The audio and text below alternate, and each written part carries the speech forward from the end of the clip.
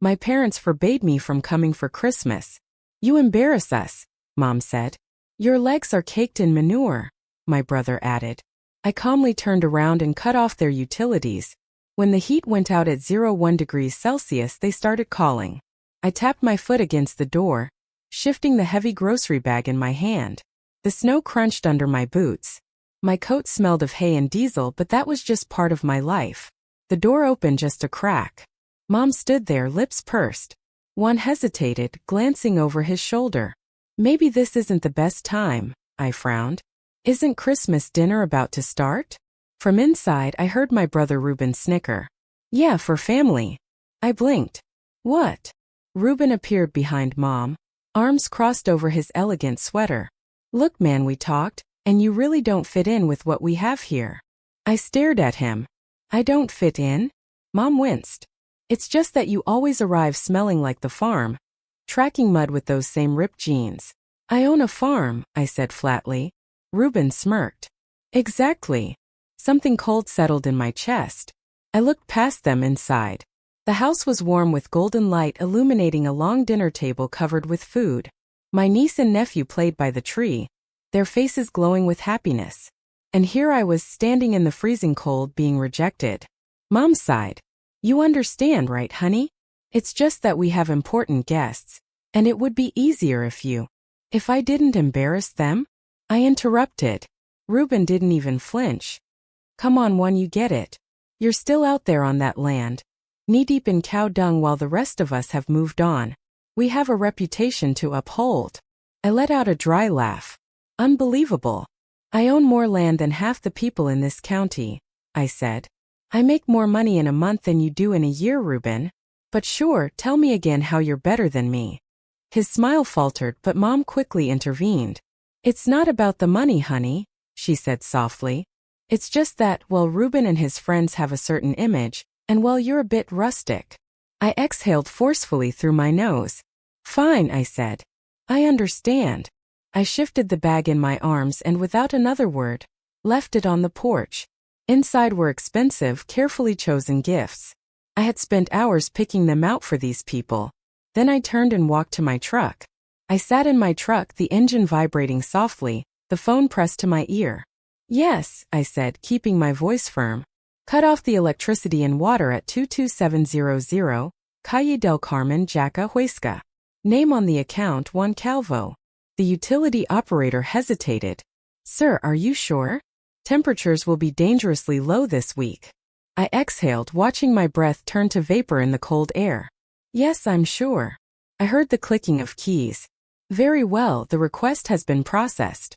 The cutoff will take effect in. I hung up before she finished.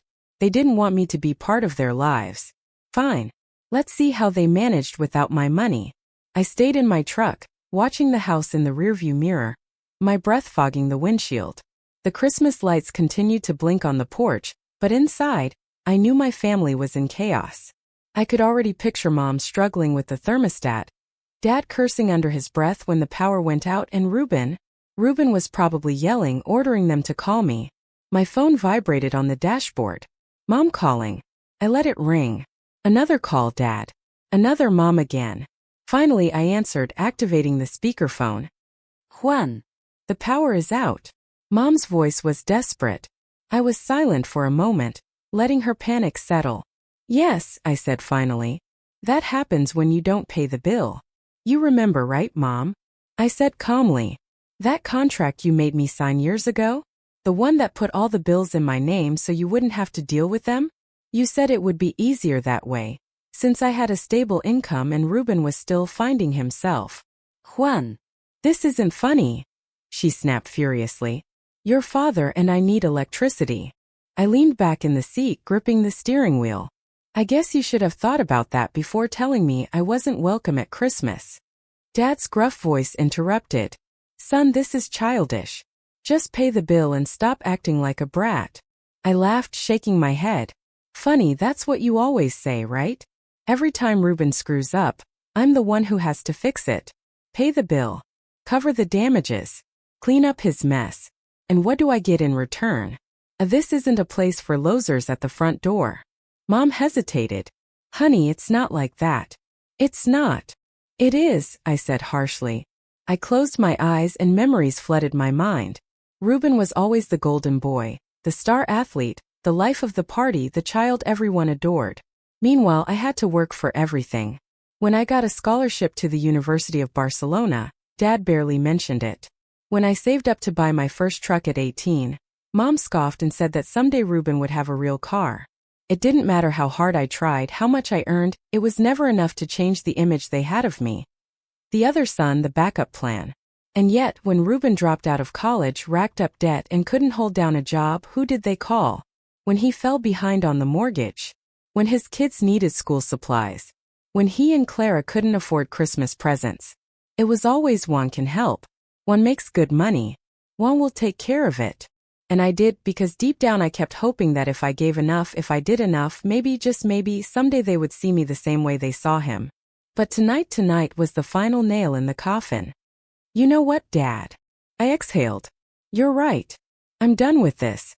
No more games. No more help. No more covering for Reuben. Juan, don't do this. Mom pleaded. I already did, I said, reaching for the ignition key. And if I were you, I'd find some blankets. I hear it's going down to -15 degrees Celsius tonight. And with that I hung up. They didn't want me to be a part of their lives? Fine. Let's see how they managed without my help. That night, they all had to sleep in the living room by the fireplace, wrapped in blankets, their breath visible in the freezing air. The grand Christmas dinner they planned fell apart. Guests left early, muttering complaints as they put on their coats and shook their heads at the disaster unfolding before them. The perfectly decorated table, the expensive dishes Mom had spent days preparing, all untouched, because no one wanted to eat in a freezing house. Reuben's children were sent to the neighbors for the night, bundled up and complaining, not understanding why they couldn't stay home.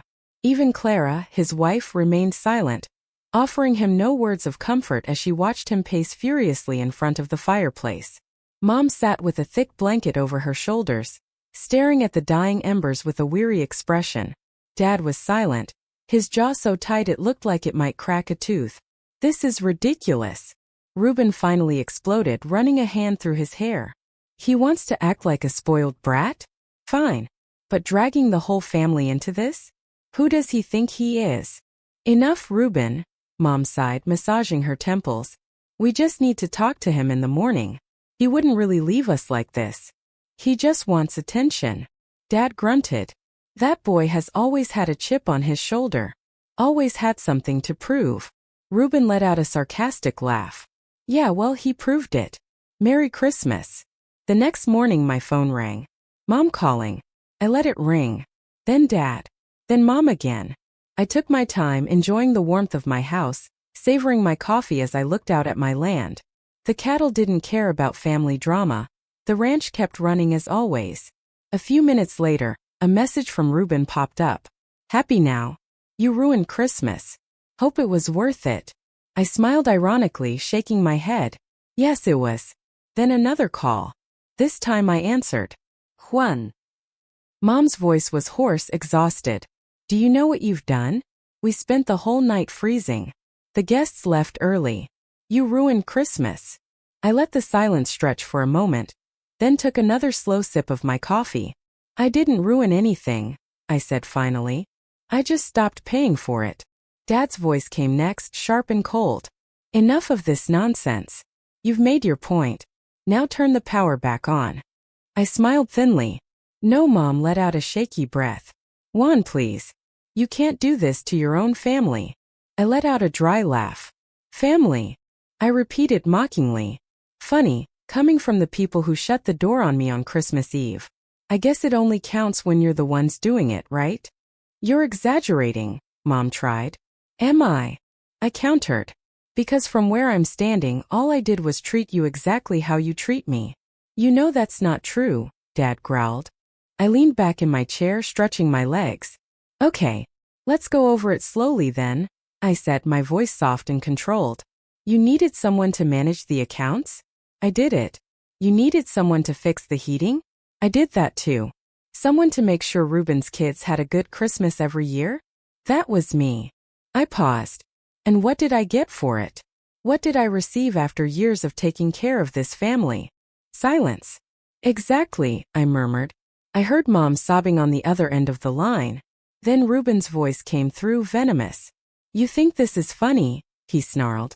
You humiliated us in front of everyone. You just had to make a scene, didn't you? I wasn't even there, I reminded him. You were the ones who made a scene. I just let you face the consequences. You're completely insane. Reuben spat, venom in his voice. What kind of brother does this? The kind who got tired of being used, I said simply, taking another sip of coffee. Reuben cursed under his breath. I could hear Mom trying to stifle another sob. Dad muttering something about how stubborn and ungrateful I was. I smiled to myself. Merry Christmas, family, I said and hung up. I tossed the phone on the table and leaned back in my chair, exhaling slowly. The silence in my house was peaceful. No shouting, no manipulation, no expectations. Just me, my coffee, and the warmth of my perfectly functioning heating system. A stark contrast to the chaos I imagined was still unfolding at my parents' house. Reuben's message flashed in my mind. Happy now? You ruined Christmas. Hope it was worth it. I was happy. Not exactly. But I wasn't unhappy either. For the first time in years I felt free. I got up, put on my boots and went outside. The air was cold, the kind that bit at your skin, but felt refreshing when you inhaled it deeply. The ranch stretched out before me, covered in a thin layer of frost. The cattle were huddled by the feeders, their breath rising in clouds of vapor. They didn't care about family drama either. Neither did the frozen grass under my boots, or the sky that was beginning to tinge pale blue with the rising sun. I walked towards the barn, hands in my pockets, thinking about how different my morning was compared to my family's. Mom was probably still huddled by the fireplace, wrapped in every blanket they owned. Dad would be pacing frustrated, complaining about how ungrateful I was. And Reuben? Oh, I had no doubt Reuben was still furious, probably calling everyone he knew to tell them what a disgrace I was for cutting off their power. I should feel guilty. I didn't. Instead, I felt like I had finally done something that should have happened years ago. They'd spent so long making me feel like I owed them something, that it was my responsibility to take care of them, to put their needs before my own. And for what? For this? For a family who discarded me the minute I stopped being useful? I shook my head and entered the barn. A few ranch hands were already there, feeding the cattle and breaking the ice in the water troughs. One of them, an older man named Miguel, greeted me with a nod. Christmas drama? He asked, smiling wryly as he checked the feed levels. I let out a chuckle. Something like that. Miguel chuckled. Yeah, I remember those days. Haven't spoken to my family in years. Best decision I ever made. I didn't respond, simply grabbed a bucket of grain and started working alongside him. The morning passed in a blur of chores, and by the time I got back to the house, I'd almost forgotten about my phone. Almost.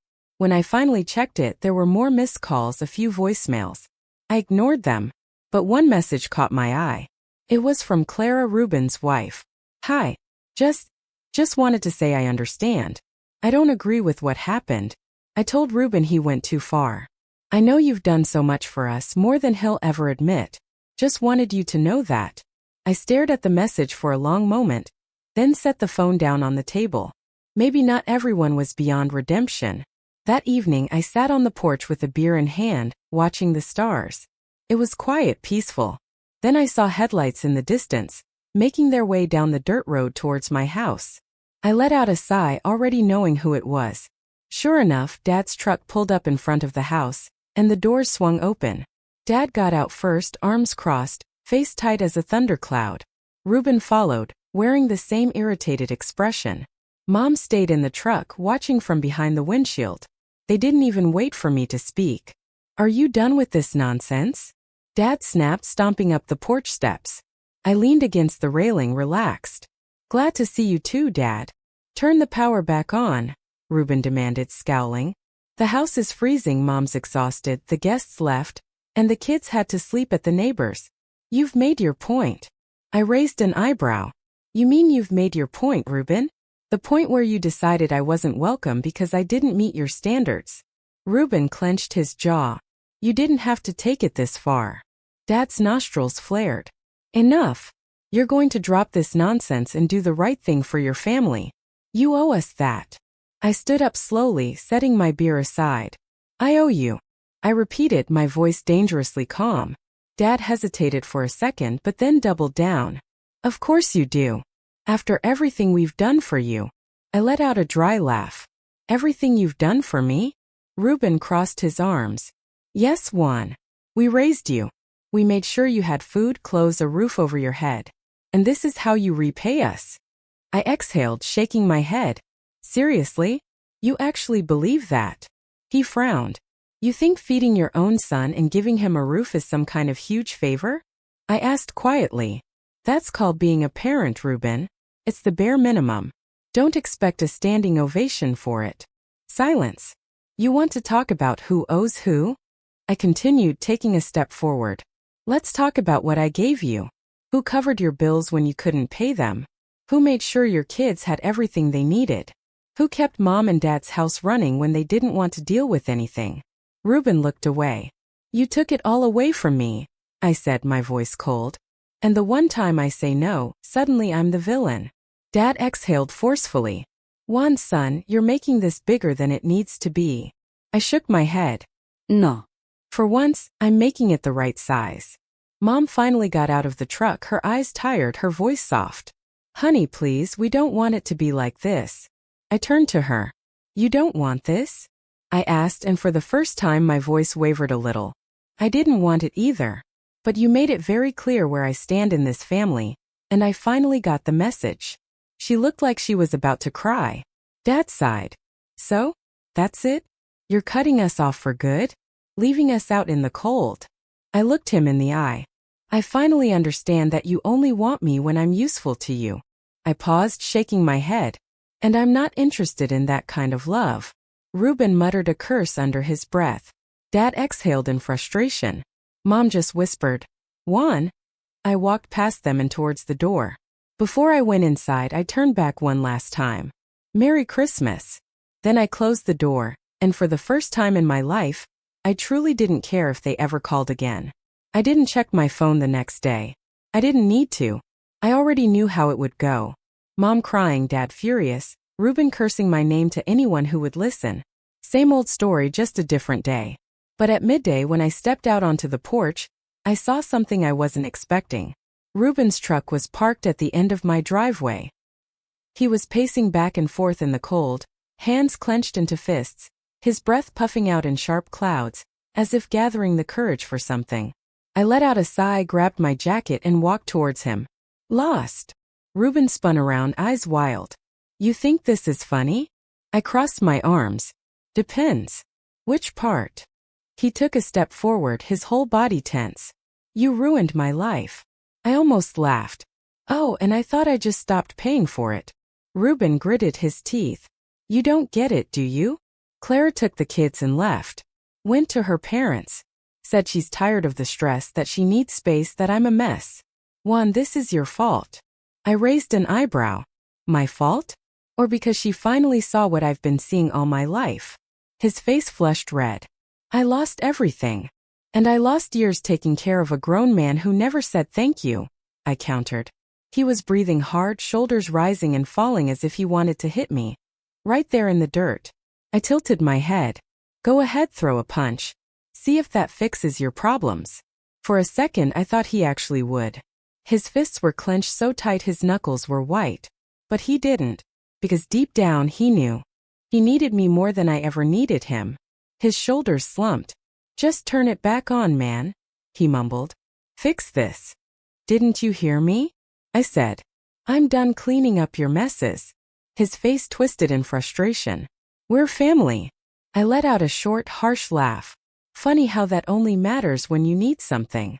Reuben opened his mouth, but then closed it again. For the first time in his life, he didn't have an answer. He just stood there, his fury morphing into something else, fear. Because this time he understood I wasn't bluffing. You're not serious, he said, shaking his head. You can't. I am, I said simply. And I can.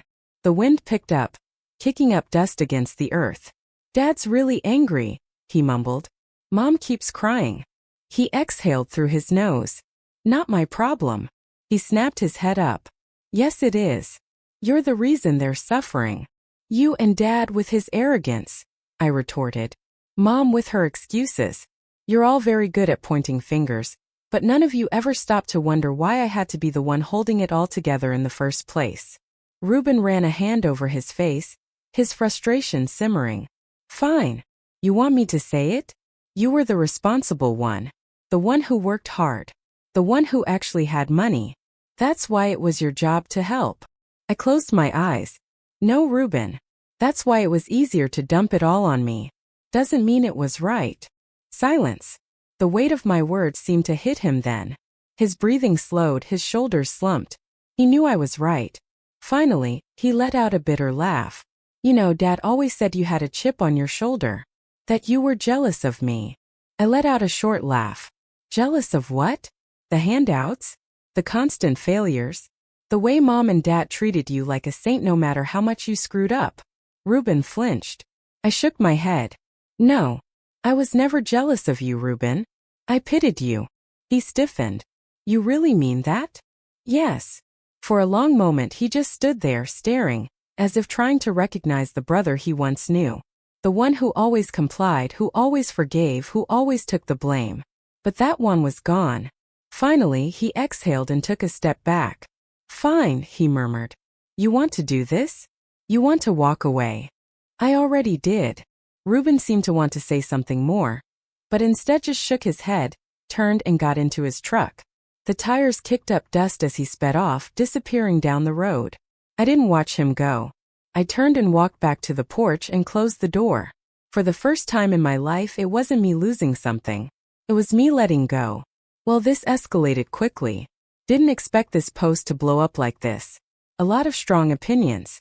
Some say I went too far, others that I did the right thing, and some think I'm the worst human being on the planet.